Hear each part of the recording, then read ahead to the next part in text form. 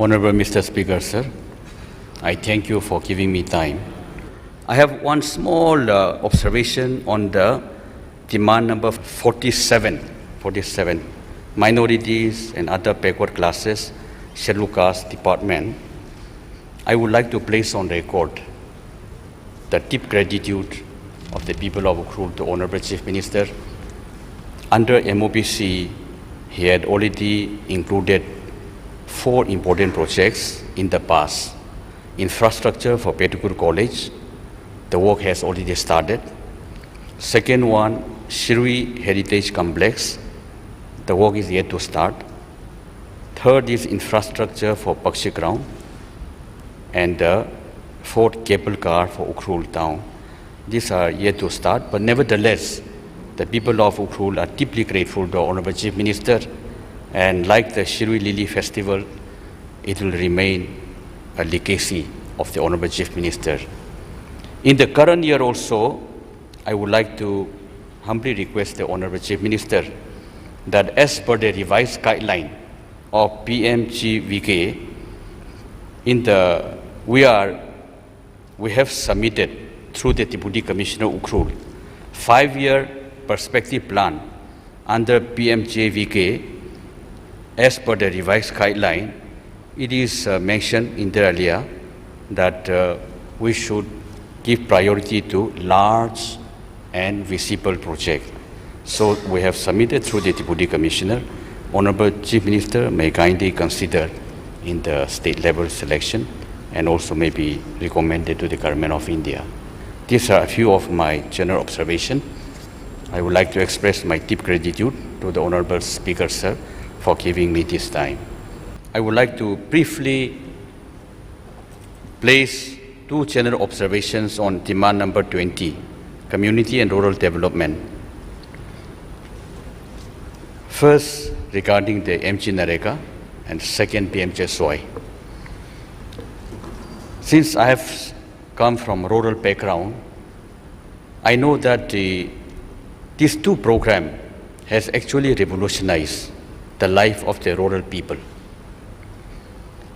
Earlier, India was a socialist-leaning state, and under the Planning Commission, everything was top-down planning. With the coming of this Nareka, for the first time, there is a bottom-up approach. The concept, actually, the genesis started in Nagaland way back in late 70s. When Mr. Vamuso was the finance minister, the TC PEC, Mr. A.M. Kokhale, started this concept called VDP.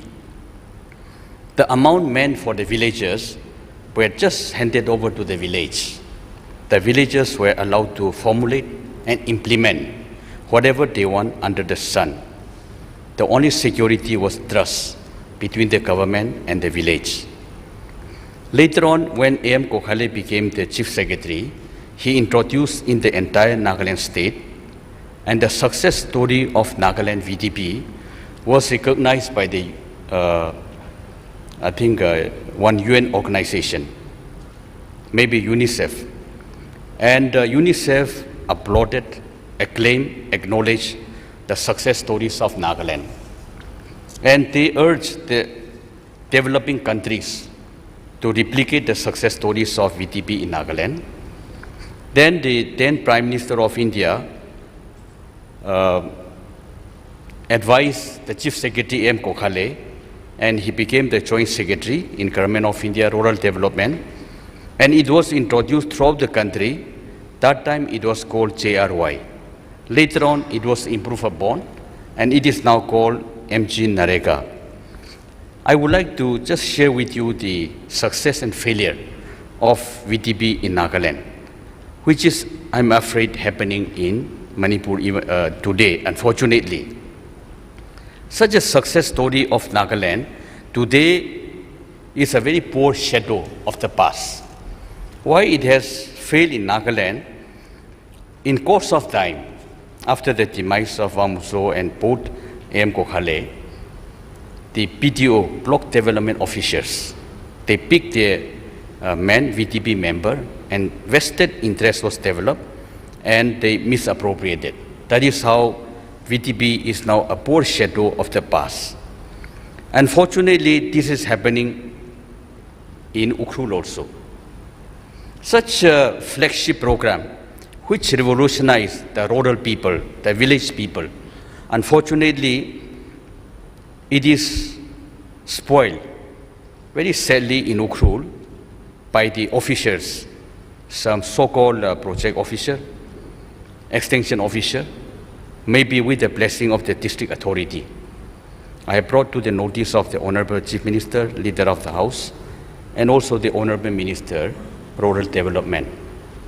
I hope they will take action, inquire into it. The benefit of MG Narega, very little amount is reached to the people.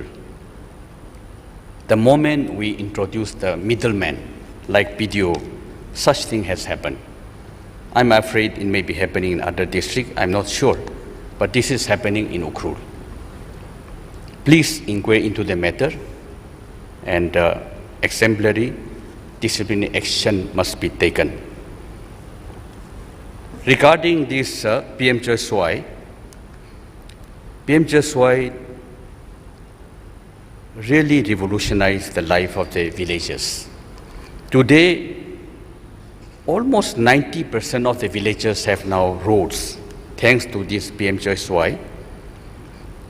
Unfortunately, in Ukhrul, in my assembly constituency, there are a few villages which have yet to reap the benefit of PM Jeswai.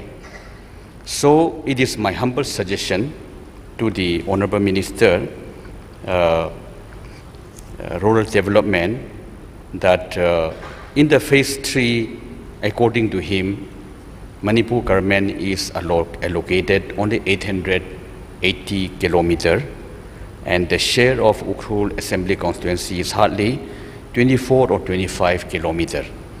So it is not possible to cover the remaining 10 villages, namely Shinja, Kamnom Junction to Pushing. It is yet to be covered. I mention this because some months ago, I visited Pushing village together with a friend of mine, my elder friend, Wing Commander Alan Shaiza, retired. When we visited Pushing village, he was mesmerized by the beauty of Pushing village. He told me, it is nothing less than the alpine forest of Switzerland. It is that beautiful, but the road is in terrible shape. So the Pushing village, Kamnom Junction to Pushing village, is one I would like to propose. Pushing to Ronshak, Pushing to Mapum, then New Canaan to Ngurumpung via Muire, Shokvau to Leishi across Tuyungpi River, Shokvau to Ringwi across Topal River, Tushar to Humbung, Lungshang to Humbung, Somsai to Lungher. Now these 10 villages have not been covered under PM Jeswai. Hopefully, Honorable Minister may consider these 10 villages under the PM Jeswai Phase 4. That is what I would like to place before the Minister as my general observation. At the end, I would like to reiterate that once these roads, PM Jeswai roads, are provided, it will not only provide connectivity to some of the most backward area like Pushing, but it will also convert such a beautiful, very few alpine forests of Manipur into a tourist destination. This is my brief observation on demand number 20. Regarding demand number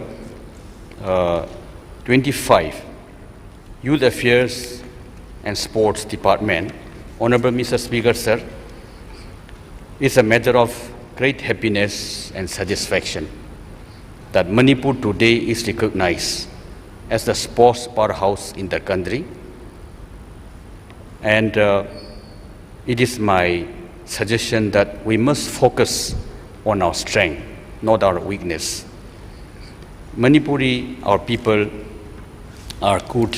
Innately, we are talented in contact games.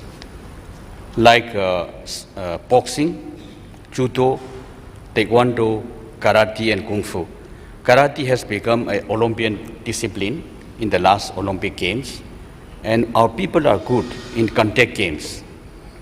This benefit I would like to give even to Ukhrul district. We have already proposed, and the Sai Takyal part has also recommended, that the Sai Institute may also be opened in Ukhrul Langtang village, so that a few disciplines can also be established in Ukhrul, because the Sai now is the people from Ukhrul, young people, they are very keen to learn boxing, judo, taekwondo, karate, but they don't get the opportunity to learn since they are not admitted in the Sai Impal. So it is my humble request that the Sai Institute may also be open in Ukhrul. Well, I was going through the administrative report of the sports department. Construction of football field and RCC gallery at 8 blocks of Manipur has been sanctioned. 7, I did not see any in Ukhrul. So it is my humble suggestion to the Honorable Minister of Sports that a construction of football field and RCC gallery may also be included for Ukhrul, because some of you may know that Ukhrul used to be the cradle of football of Manipur. Way back in 1950s, before I was born, and early 1960s, the famous trophy in Manipur was Sisimit. And invariably, Ukhrul was always champion for more than 10 years. That was the kind of football talent from Ukhrul. I read somewhere that in 1917, during First World War, 1,200 Ukhrul youths were taken to Marseille, France, as labor corps. They were extremely good in football skilling, and on 15 February, during Luingaini, that time it was called Luire, they were allowed to organize football matches in Marseille. And the French people, especially the women, they admired the skilling of the footballers who went to France. They were all the students of Reverend William Pettigrew in Ukhrul. Then in the early 60s, probably the first national player from Manipur in football was from Ukhrul, Mr. Kazipmi. He was something like a Pele of Brazil. Unfortunately, those days there were no TV. He met with an accident in New Haven, Ukhrul, and he died at the prime of his youth. Later on, another Tangkhul, Aleng Shimra, late Aleng Shimra, was another national player from Manipur in early 70s. He played for the country in Soviet Union. He played for Cuba also from India. These are a few talented footballers, despite the lack or even absence of football, the opportunity, the infrastructure. So it is my humble request to the Honorable Minister of Sports that in Ukhrul may also be constructed football field and RCC gallery under Khelo India.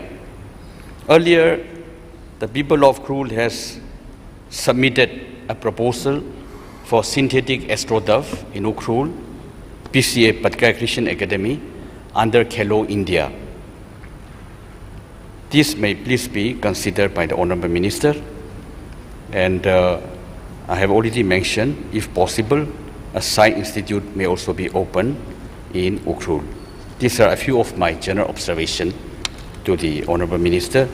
Then I would like to reiterate that we must focus on our strength, that is the contact games. The people of Ukhrul may also be given the chance to learn the boxing, taekwondo, karate, and judo. These are a few of my general observations. I would like to express my deep gratitude to the Honorable Speaker, sir, for giving me this time.